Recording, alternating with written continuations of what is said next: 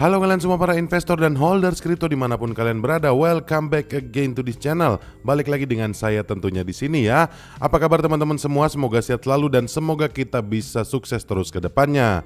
Anyway teman-teman, buat kalian semua yang merayakan tahun baru Imlek, Gongxi Facai, Xinyan Kuaile buat kalian semua. Semoga di tahun ular kayu ini semuanya bisa dipermudah ya, dan kita bisa mendapatkan rezeki lebih banyak lagi. Amin. Oke teman-teman, di video kali ini saya akan update ke kalian ya terkait pembaruan di dunia cryptocurrency untuk saat ini. Ada berita apa yang lagi hangat kali ini teman-teman, dan ada apa pembaruannya atau ada apa update-nya, kita akan masuk ke sana ya. Sebelum kita masuk, kita akan update market dulu seperti biasa.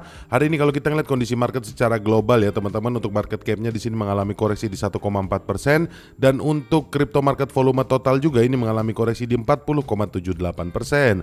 Dan kalau kita ngeliat Fear and Greed Index-nya sepertinya belum turun dari 50 teman-teman. Di sini masih cukup banyak orang yang berinvestasi di kripto. Dan kalau kita ngeliat harga Bitcoin saat ini ya mengalami kenaikan di 2,5% teman-teman selama satu hari terakhir ini. Harga jualnya menjadi 104 ribuan dolar. Dan tentu saja ya teman-teman, dengan dominasi Bitcoin yang cukup tinggi, kenaikannya ini berpengaruh atau berdampak juga terhadap seluruh ekosistem cryptocurrency. Kalian bisa ngeliat ya seperti Ethereum, XRP, di sini Solana, BNB semua mengalami kenaikan teman-teman. Walaupun memang tidak terlalu signifikan ya, dan masih harus mengejar ketertinggalan selama satu minggunya. Tapi kalau kita ngelihat ya, rata-rata kondisi market membaik teman-teman, dan sepertinya ini ada tanda-tanda recover. Dan kalau kita ngelihat dari meme coin ya, di sini meme coin juga mengalami hal yang sama teman-teman. Rata-rata aset yang berada di dalam meme coin mengalami kenaikan. Kalian bisa ngelihat ya, hijau semua dalam satu hari terakhir ini. Walaupun masih ada beberapa yang koreksi, tapi tidak terlalu banyak teman-teman. Di sini sedikit aja yang mengalami koreksi selama satu hari terakhir ini. Dan kalau kita ngelihat top 5 meme coin di sini semua meningkat ya, seperti Dogecoin, Shiba Inu, Official Trump, PP dan juga Bong. Dan di sini teman-teman yang paling signifikan peningkatannya selama satu hari terakhir ini adalah PP ya.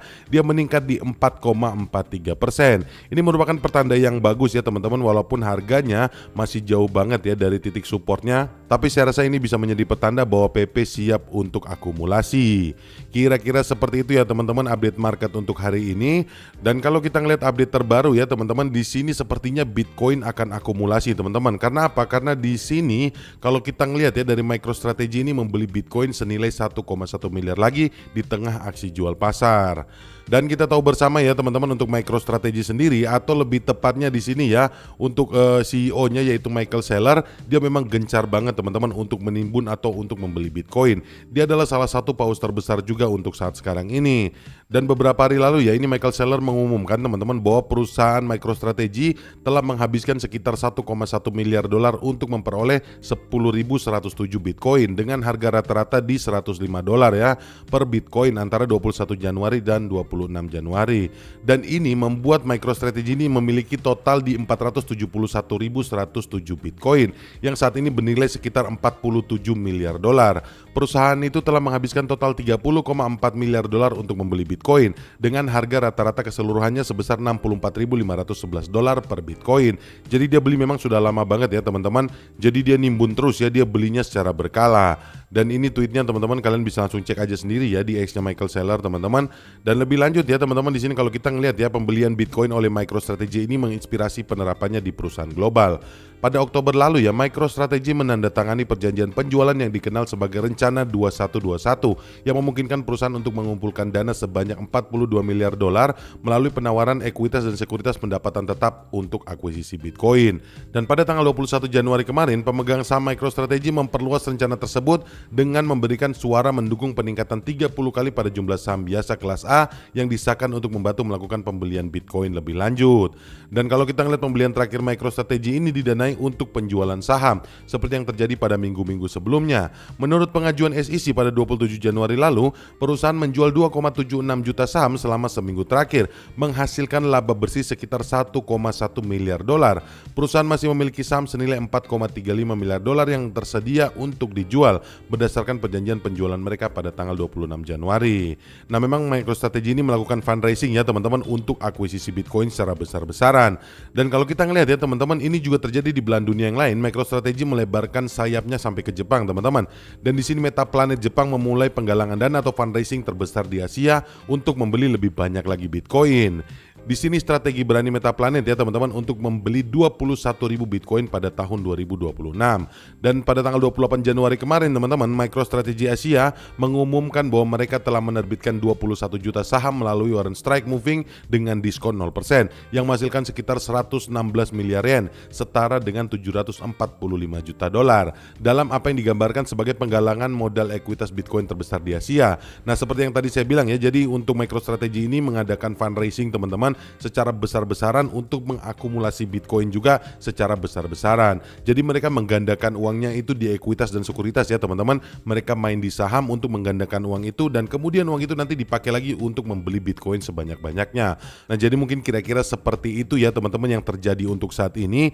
Dan saya rasa ya dengan adanya fundraising yang sebesar ini, kemungkinan besar dalam waktu dekat ini atau mungkin dalam waktu 1 bulan ke depan teman-teman, Bitcoin akan akumulasi.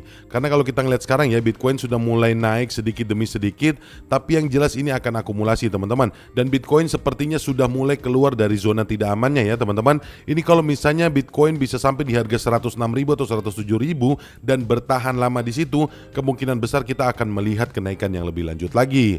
Dan tidak hanya itu teman-teman ya, kalau kita ngeliat secara trading view atau secara analisa teknisnya, di sini saya tidak akan detail teman-teman karena saya nggak expert ya. Tapi di sini saya ada ngelihat satu pola yang sama ya yang terjadi pada bulan Oktober tahun lalu. Kalian mungkin bisa ngelihat ya, ada sebuah pola yang sama yang menggambarkan ini dalam 1 bulan ke depan bisa naik tajam teman-teman. Di sini kalau kalian ngelihat ya, di bulan Oktober ini dia membentuk seperti huruf W ya teman-teman. Dan kemudian setelah ini dia kemudian naik jauh ya teman-teman pada bulan November. Naiknya itu sekitar di 60%-an ya teman-teman, di hampir 70% alias di 67 sampai 68%. Dan kalau kita ngelihat untuk saat ini teman-teman, ini polanya juga sama, sedang membentuk huruf W juga seperti ini teman-teman ya. Kalian bisa ngelihat dan ini saya yakin juga akan ada kenaikan secara signifikan dalam 1 bulan mendatang. Jadi saya rasa ini akan ada akumulasi secara besar-besaran ya untuk Bitcoin teman-teman. Karena kalau kita ngeliat juga sekarang ya, pola investasi dari para paus ini sudah semakin gila-gilaan pergerakannya. Dan saya rasa ya Bitcoin akan lebih cepat lagi untuk menunjukkan kekuatannya. Kira-kira seperti itu ya teman-teman. Tapi sekali lagi ini merupakan analisa yang bukan analisa expert ya teman-teman. Saya hanya orang awam ya teman-teman di bagian teknikal seperti ini. Jadi anggap aja ini analisa bego dari saya. Jadi kalian jangan percaya juga sama saya. Kalian bisa cari analisa-analisa dan berita-berita pembanding. Mungkin seperti itu ya teman-teman. Dan mungkin itu aja ya yang bisa saya sampaikan di video kali ini teman-teman. Semoga ini bisa bermanfaat untuk kalian semua.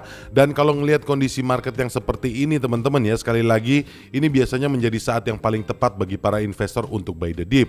Karena harga dari aset-aset ini masih jauh di bawah titik support dan ini memungkinkan untuk mengambil keuntungan di masa depan. Oke, mungkin kira-kira seperti itu teman-teman. Terima kasih banyak ya buat kalian semua yang sudah nontonin video ini. Dan terima kasih juga buat kalian semua yang sudah subscribe channel ini dan like video ini. Dan sekali lagi teman-teman, buat kalian semua jangan sampai kalian berinvestasi buta ya. Yang paling penting kalian harus lakukan adalah do your own research atau melakukan riset mandiri. Carilah berita-berita pembanding atau informasi-informasi yang lebih valid agar keputusan kalian untuk berinvestasi tidak berujung di penyesalan. Mungkin seperti itu aja teman-teman. Akhir kata sampai ketemu lagi di video-video yang selanjutnya. Bye.